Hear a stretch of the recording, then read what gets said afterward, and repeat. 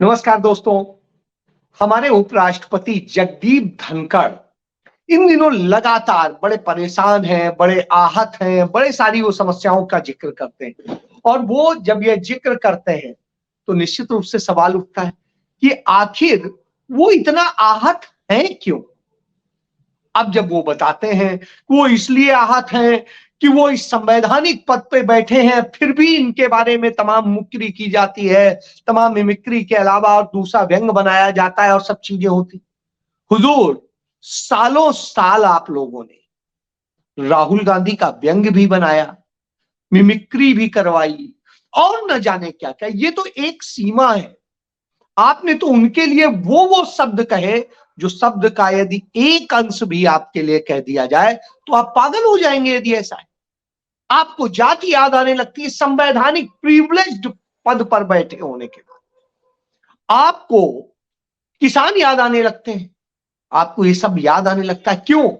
क्योंकि वास्तव में आप झूठ के पुलिंदे हैं और आपके इसी झूठ का असर यह है कि जनता अब आपको समझने लगी है और उसका जवाब देने लगी है। इन्हीं सारी बातों को लेकर आज आप जब ट्रेनी ऑफिसर्स को संबोधित कर रहे थे तब आप उनसे रोना रो रहे थे। जो आज सेवा में अभी प्रवेश करने जा रहे हैं, प्रशिक्षण ले रहे हैं, उनसे आप जब इस तरह की बात करते हैं तो निश्चित रूप से लगता है कि आप कितने कमजोर, कितने निम्न स्तर की सोच को रखते हैं। और यह सोच रखने वाला व्यक्ति उपराष्ट्रपति पद पर बैठा है। सवाल उठता है, बार बार सवाल उठता है कि आप सोचिए, इस देश में डॉक्टर राजेंद्र प्रसाद, हिदायतुल्ला जैसे तमाम सारे लोग इन पदों पे रहे हैं। कोई राष्ट्रपति रहा है, कोई उपराष्ट्रपति रहा है, ऐसे ऐसे लोग रहे हैं। और हमारे राधा कृष्ण जी भी इस पद पर रहे और उस पद पर आप हैं। अभी पीछे कुरैशी साहब थे और आप ये देखिए वो कितना ज्यादा चीजों को फेस करते थे, लेकिन कभी नहीं उन्होंने दर्द और कभी इस तरह की चीजें नहीं की, लेकिन आप करते हैं। और जब आप उत्तर प्रदेश जाते हैं तो उत्तर प्रदेश को लेके क्या कहते हैं कि साहब सबको सीखना चाहिए, यहां अपराध कम हो गया, ये कम हो गया, वो हो गया, रामराज जा गया। आज ही की घटना है, उत्तर प्रदेश के आगरा जिले में एक रेप पीड़िता महिला की स्थिति ये होती है, वो खुद के ऊपर पेट्रोल डाल के आग लगाने की कोशिश करती है क्योंकि वो काफी दिनों से भटक रही है, कुछ नहीं हो रहा है, उसे इंसाफ नहीं मिल रहा है, तो वो यह कदम उठाने को विवश होती है। यह स्थिति है, यह स्थिति है कि सरेआम महिलाओं के साथ क्या क्या हो रहा है। और हिंदुस्तान में सबसे ज्यादा महिलाओं के साथ अपराध उत्तर प्रदेश में होता है। दलितों के साथ सबसे ज्यादा अपराध उत्तर प्रदेश में होता है। यह स्थिति है। इसके बाद आप ये कह रहे हैं बाकी जो अपराध हो ही रहे हैं। इसके अलावा पुलिस की घूसखोरी और दूसरे तमाम धंधे जो चल रहे हैं वो अपने आप में स्थिति करते हैं। इस तरह के हालात, और इस तरह के हालात हो तब आपको दर्द नहीं होता है। एक तरफ प्रधानमंत्री नरेंद्र मोदी कहते हैं खेलो इंडिया और न जाने क्या क्या, दूसरी तरफ हमारी बेटियों के साथ में यौन शोषण करने वाले उत्तर प्रदेश से आते। और कैसे ना, उनकी स्थिति यह है कि खेल के लिए जाने वाली, कंपटीशन के लिए जाने वाली लड़कियों को ट्रेन के डिब्बे में पेशाब घर के आसपास बैठ के भूसे की तरह भर के लाया जाता है और ये किया जाता है। यह आप दे रहे हैं और इसके बाद कहते हैं कि आप इस देश को जाने क्या बना रहे हैं और क्या कर रहे हैं। हालात ये है, आप जिस राजस्थान से आते हैं उस राजस्थान में एक बुजुर्ग भीख मांग के खाता था, रोड के किनारे वो किस तरीके से बैठा था, उसे आते हैं कुछ हिंदू युवक और पीट पीट कर अधमरा करके चले जाते हैं। बुजुर्ग को कोई लेना देना नहीं, कुछ नहीं, वो तो कुछ कर भी नहीं रहा था। ये भी नहीं कह सकते कि दुकान लगाया था, कुछ कर रहा है। फिर आपके यहां तो सिर्फ झूठ बोला जाता है, नफरत फैलाई जाती है और क्या क्या किया जाता है, इससे समझा जा सकता है। तो इस तरह की स्थिति छत्तीसगढ़ में आपकी सरकार बनते ही 50,000 पेड़ पुलिस की सुरक्षा में कटवा दिए गए। आदिवासी चिल्लाते रहे उनका पवित्र जंगल कट रहा है, सब कुछ कट रहा है, लेकिन मनमानी काट दिए गए, कोई पर्यावरण मंजूरी नहीं, कुछ नहीं। यदि कोई आम आदमी काट देता तो आपने क्या सजा सुनाई थी, उस कोर्ट की सजा का जिक्र करिए। तो इस तरह की दशा है, इस तरह की दशा है कि न महिलाएं सुरक्षित हैं, न वनस्पतियां सुरक्षित हैं, न पशु सुरक्षित हैं, न कोई और सुरक्षित है। और इसके बाद में आप रोना रोते हैं और राम राज्य बताते हैं, डबल इंजन की सरकार की बड़ाई करते हैं।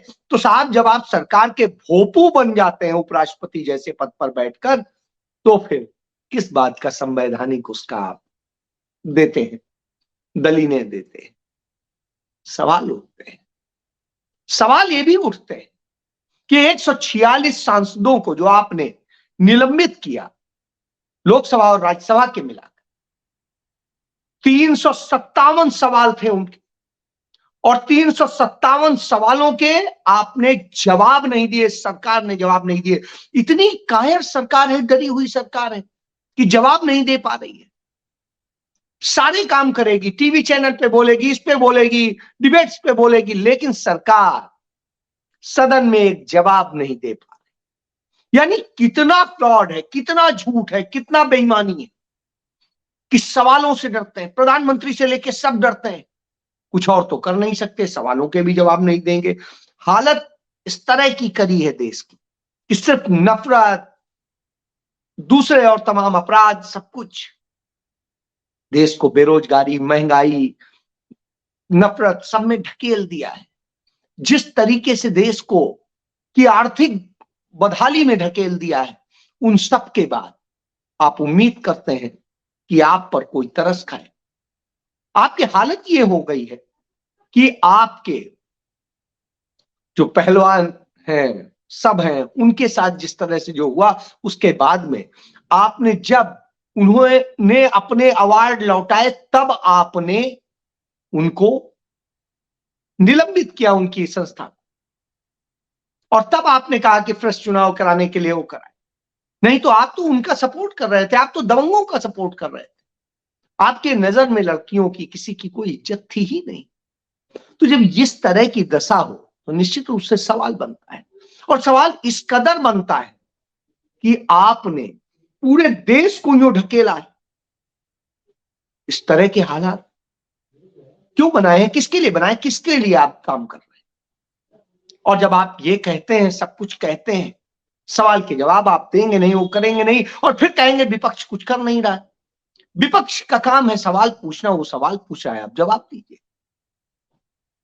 वो आप दे नहीं पाएंगे, क्यों? आप डरते हैं।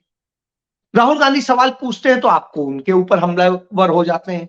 उनको झूठी अपने आप में, वो तो वीडियो बना रहे थे, उस पर आप उन पर हमलेवर हो जाते हैं। और जो आदमी नाम तक नहीं लेता, जाति का नाम नहीं लेता, पद का नाम नहीं लेता, और अपना मुख वो करता है मिमिक्री, उसके लिए आप जाने क्या। तो मतलब आपको घुमा घुमा के झूठ बोलना है, नफरत फैलानी, और इतना झूठ, चाहे राम मंदिर को लेके हो, चाहे जिस चीज को लेके हो, सदैव झूठ बोला है आपने। झूठ के बुनियाद पर खड़ी है सरकार, और उसके संवैधानिक पदों में बैठे लोग जब झूठ बोलते हैं तो सवाल तो बनता है। लेकिन सवाल का जवाब कौन देगा जब प्रधानमंत्री से लेकर सब इतना डरते हैं विपक्ष से कि सवालों के जवाब नहीं दे पाते? उस स्थिति में सड़क पर लड़ने की राजनीति करनी पड़ती है, सविनय अवज्ञा आंदोलन करने पड़ते हैं, और उसी दिशा में कांग्रेस तो बह निकली, उसने तैयारी भी कर ली। तो भारतीय जनता पार्टी किसकी मीटिंग करती है? अपने संगठन के पदाधिकारियों की, और उनकी मीटिंग करके आलीशान माहौल में, क्योंकि उनके पास पैसा तो बहुत है ही, तो आलीशान स्थिति में वो करती है, और उसके बाद कहती है अब यूथ जो है वो 5000 मीटिंगें करेंगे और सरकार के गुणगान करेंगे। सरकारी मशीनरी भी लगा दी है गुणगान के लिए, सब कुछ लगा दिया है। अब अपने इनको युवाओं को भी लगा देंगे, नौकरी दे नहीं सकते, रोजगार दे नहीं सकते, कुछ कर नहीं सकते, उनसे सिर्फ प्रचार कराएंगे, झूठे प्रचार, खाली पे। तो इनकी भीख लीजिए और प्रचार कीजिए। सब ये धंधा चल रहा है। महिलाओं को लगाएंगे कि वो प्रचार करें, महिलाएं अपनी आबरू लुटवा रही हैं और प्रचार करेंगी कि हाँ भाई बड़ा सुरक्षित हो गया, महिलाएं बड़ी सुरक्षित हो गई और सब कुछ हो गया। इसी तरीके से दूसरे और तमाम लोगों का इस्तेमाल होगा। फिर बूथ बूथ कैसे मजबूत किया जाए, उसके लिए क्या किए जाए, इन सारी की रणनीति तय करेंगे। अरे भैया, आप इतना रुपया प्रचार और इन सब बहुत सारी चीजों में खर्च कर रहे हो, तो करने की जरूरत ही नहीं पड़ती यदि वास्तव में आप काम करते तो आपको काम बताने की जरूरत नहीं पड़ती, काम अपने आप बोलता है। दूसरे बोलते हैं कि अरे भैया ये बन गया, ये हो गया, इससे ये हो गया। तो वो करने की बजाय आपके पास में और कुछ है नहीं। वहीं दूसरी तरफ कांग्रेस पार्टी, जिसके पास पैसा भी नहीं है, सब कुछ है, वो क्राउड फंडिंग के जरिए पैसा जुटा रही है किसी तरह से, तमाम लोग दे रहे हैं, मैंने भी दिया है। और ऐसी स्थिति में वो इस देश के लोकतंत्र के लिए लड़ रही है, इस देश के आम आदमी के हकों के लिए लड़ रही है, दलितों, अल्पसंख्यकों, पिछड़ों और महिलाओं के हक के लिए लड़ रही है, युवाओं के हक के लिए लड़ रही है, और उनका इस्तेमाल नहीं कर रही है, उनके हक के लिए लड़ रही है, उनसे नहीं कुछ कह रही। हम आपको हक दिलाना हमारा काम है, बीइंग अ विपक्ष आपके मुद्दे उठाना हमारा काम है, वो हम करेंगे। राहुल गांधी उनको लेकर के देश से लेके विदेश तक, सड़क से लेके संसद तक, हर जगह इस बात को लेके उठाते हैं। मणिपुर से लेके सब जगह जो जो घटनाएं हो रही हैं, क्षेत्र स्तर पे, दूसरे स्तर पे, उन सबको उठाते हैं। तो ये सारी चीजें बड़ा मायने रखती हैं। जिस तरीके से आपने हालात किए हैं, वैसे में लड़ाई कैसे, लड़ाई ऐसे ही लड़नी। आपके लोग क्या कर रहे हैं? आपके लोग वो कार्टून बनाते हैं और उस तरीके से आपका पोस्टर बनाते हैं कि साहब राम को आप लेके आ रहे हैं, यानी राम की औकात नहीं थी कि वो आपको लेके आए, आप राम को लेके आए। तो राम को जो लाए हैं वो, यानी भैया अब राम आम कुछ नहीं है, आप पूजिए मोदी को, क्योंकि मोदी लेके आए, मोदी उनके असली पिता बन गए। बड़ा गजब स्थिति है। ये धर्म है और ये धर्म का अपमान नहीं है। शर्म आनी चाहिए जो लोग धर्म के ठेकेदारी करते हैं उन्हें, कि इस बात का विरोध भी नहीं।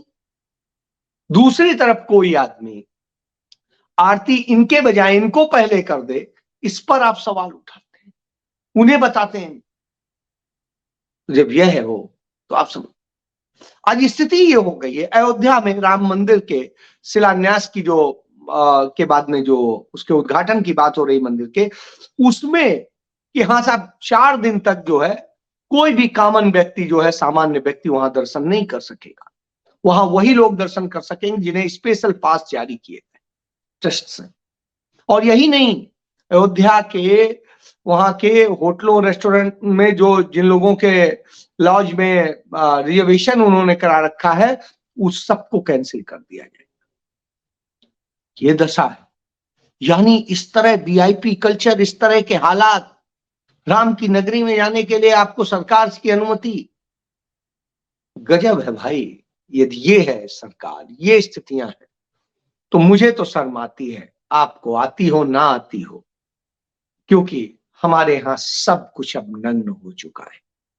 बेटियों को नग्न कर दिया गया, युवाओं को नग्न कर दिया गया, छोटे व्यापारियों को बर्बाद कर दिया गया, बर्बाद कर दिया गया सबको। झूठ, नफरत, अर्थव्यवस्था खत्म कर दी गई, लोकतंत्र नंगा हो गया। और हालात ये है, इस देश के संवैधानिक पदों पर बैठे लोग नग्न हो गए। और इस नग्न हालात में देश को लाके खड़ा कर दिया है नरेंद्र मोदी ने। फैसला आपको करना है कि आपको किसके साथ जाना है, उस नंगे लोकतंत्र को बनाने वालों के साथ, या लोकतंत्र को बचाने और उसे सम्मानित बनाने वालों के साथ। फैसला आपको करना है। जय